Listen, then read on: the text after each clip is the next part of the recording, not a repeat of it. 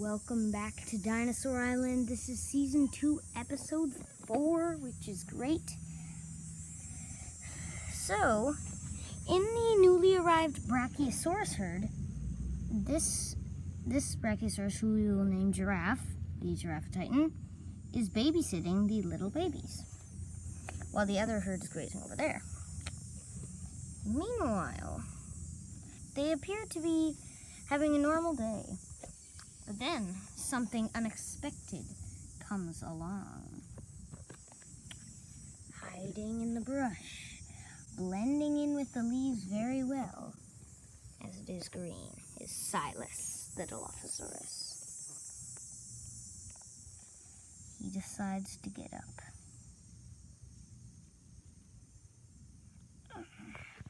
He is stalking the baby, not Giraffe, because Giraffe fought him off during the migration. Giraffe does not see him. But the babies do. They screech. And then the immediate instinct of Giraffe.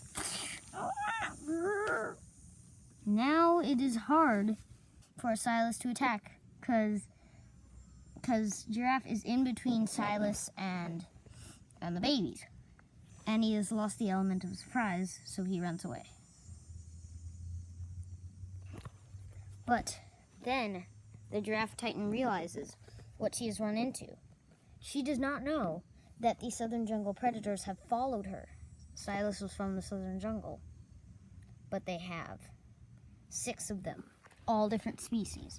They have made the GCA, the Great Carnivore Alliance, made up of Bull, the Carnotaurus, Albert, the Allosaurus, Cappy, the Caprosuchus, Rage, the Ragosaurus, Daimi, the Dimetrodon, and of course their leader, Silas.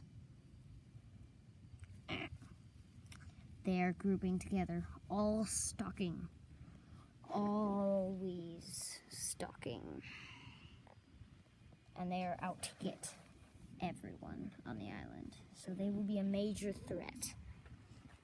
Moving over to the nesting ground, the egg that Trike laid last episode is about to hatch.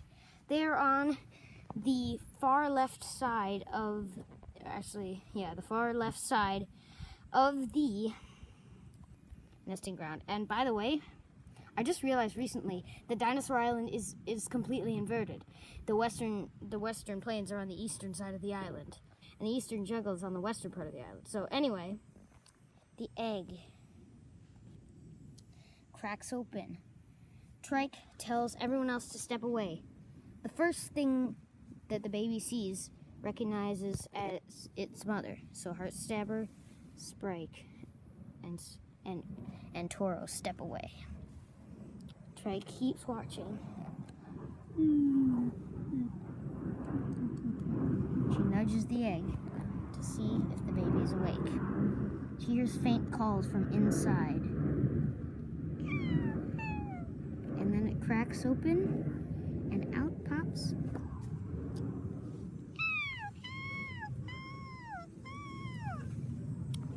this little pink Triceratops, who we will name Three-Horn. So Three-Horn, the baby Triceratops, is cuddling with its mother already. She knows. It is a girl, and she looks like she will have a lot of stuff. But something lurks in the shadows, stalking Three-Horn. Mono. Nobody sees Mono. And Trike doesn't see her either, let alone the little baby, who doesn't know about predators yet.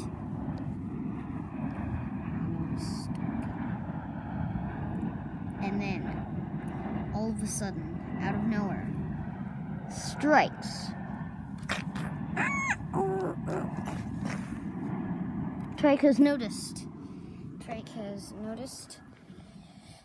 And Trike has fought him off for now. However, he gets back up. He is not going to let this go easily. She urges Treehorn to hide in the brush, and they battle. Trike knows that she cannot take on Mono, so she calls in Toro. Why do I keep calling him Uno? Probably because of Bioniclesaurus' thing. So Toro comes in. Mono has faced Toro before, and he knows that he is powerful, so he runs away. The baby is growing up well, and she is okay. Trike comes back and teaches her the ways of a ceratopsid. Meanwhile, Hammer and also Peanut over here have become like the guardians of the nest. They have actually protected the egg without the ceratopsids knowing it when they were gone. The nest is actually over there. You can see Toro. But anyway, out of their sight for now, an oviraptor sneaks up and steals an egg. But then Hammer sees it. Hammer says to Peanut to go and fight it off.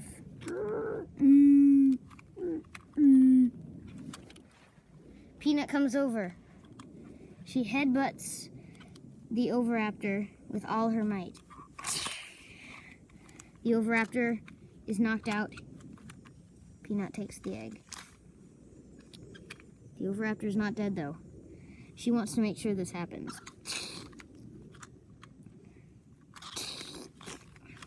But Hammer stops her first. She says that all animals deserve to live, unlike her mate. The oviraptor, who we will name Sunny, gets up and runs away. Over in the herbivore nesting area, well, not the herbivore nesting, the herbivore plains, or the northern grassland, I can't get it right. The brachiosaurs you see in the distance, and a herd of hadrosaurs. It looks like 2 corythosaurs and 1 Parasaurolophus. They're eating, happy as could be.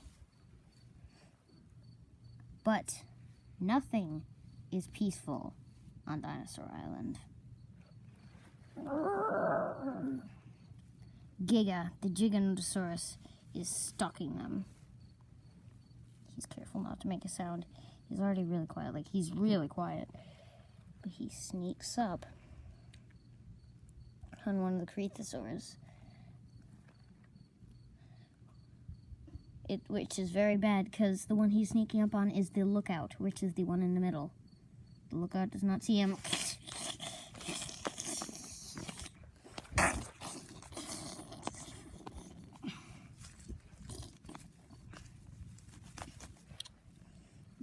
However, the muscle of the group, which is also the smallest one, Parasaurolophus, makes him fight off. Giganotosaurus does not want to face this animal, so he runs off.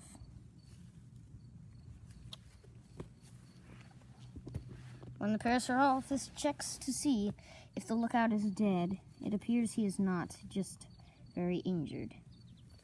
Over in a special part of the island, a special part that we have never been to, where the western forest meets the western plains,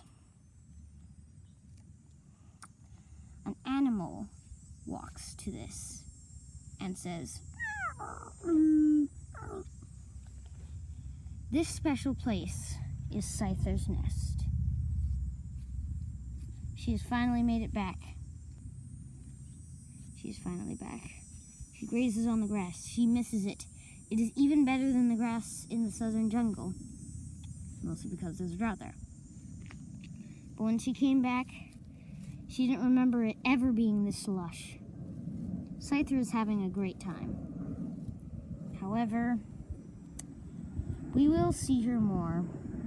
Just now that she made it back from her migration, she will not be as much of a main character as she was in season 1 or the last 3 episodes. Now Mike, on his nesting tree, he's keeping on pecking for insects.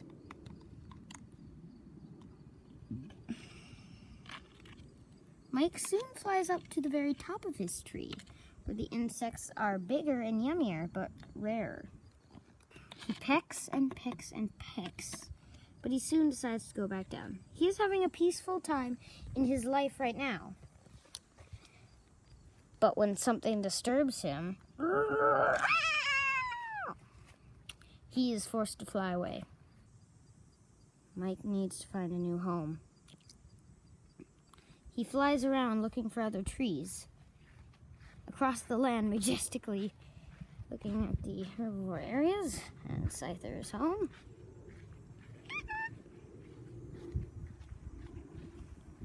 And then she sees the 3 giant trees of the western forest.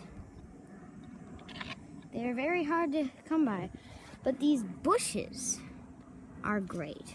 They can just hold her weight, and they are very comfortable. Actually, Mike is a boy. Mike is comfortable here, and he will make his new nest.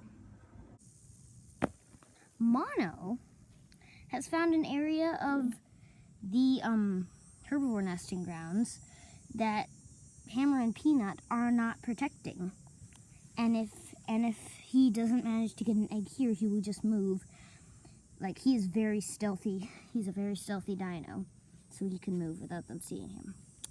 He takes out an egg and eats it.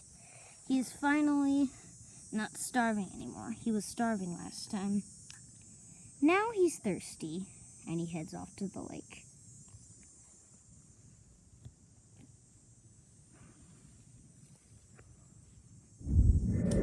Now on the rock ledge, Barry is hunting. He would have been with Serena, but Serena has decided that she is too old for hunting. So Barry has to do everything. He sees a baby pterosaur. He knows that the mother can be very protective of it. But this is not the nest. This is just an abandoned baby pterosaur. Easy prey for Barry. He jumps the ledge and attacks.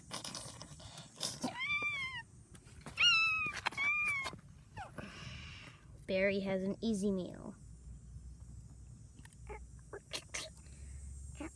And he brings it back to his family.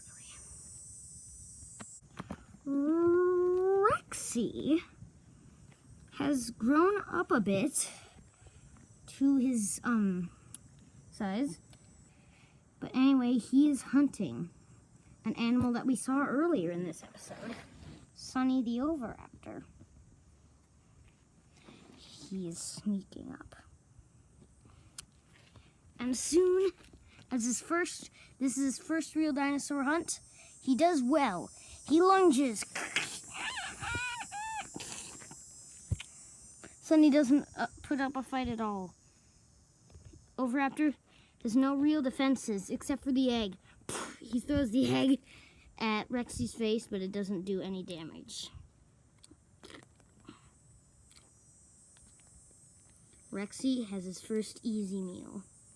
Well, not his first dinosaur kill.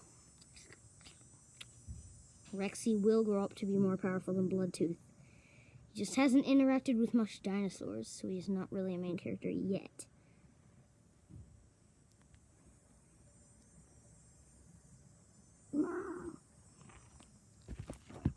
Next time on Dinosaur Island will be... All I know is that it's going to be a great another episode, and you should watch it. To be continued.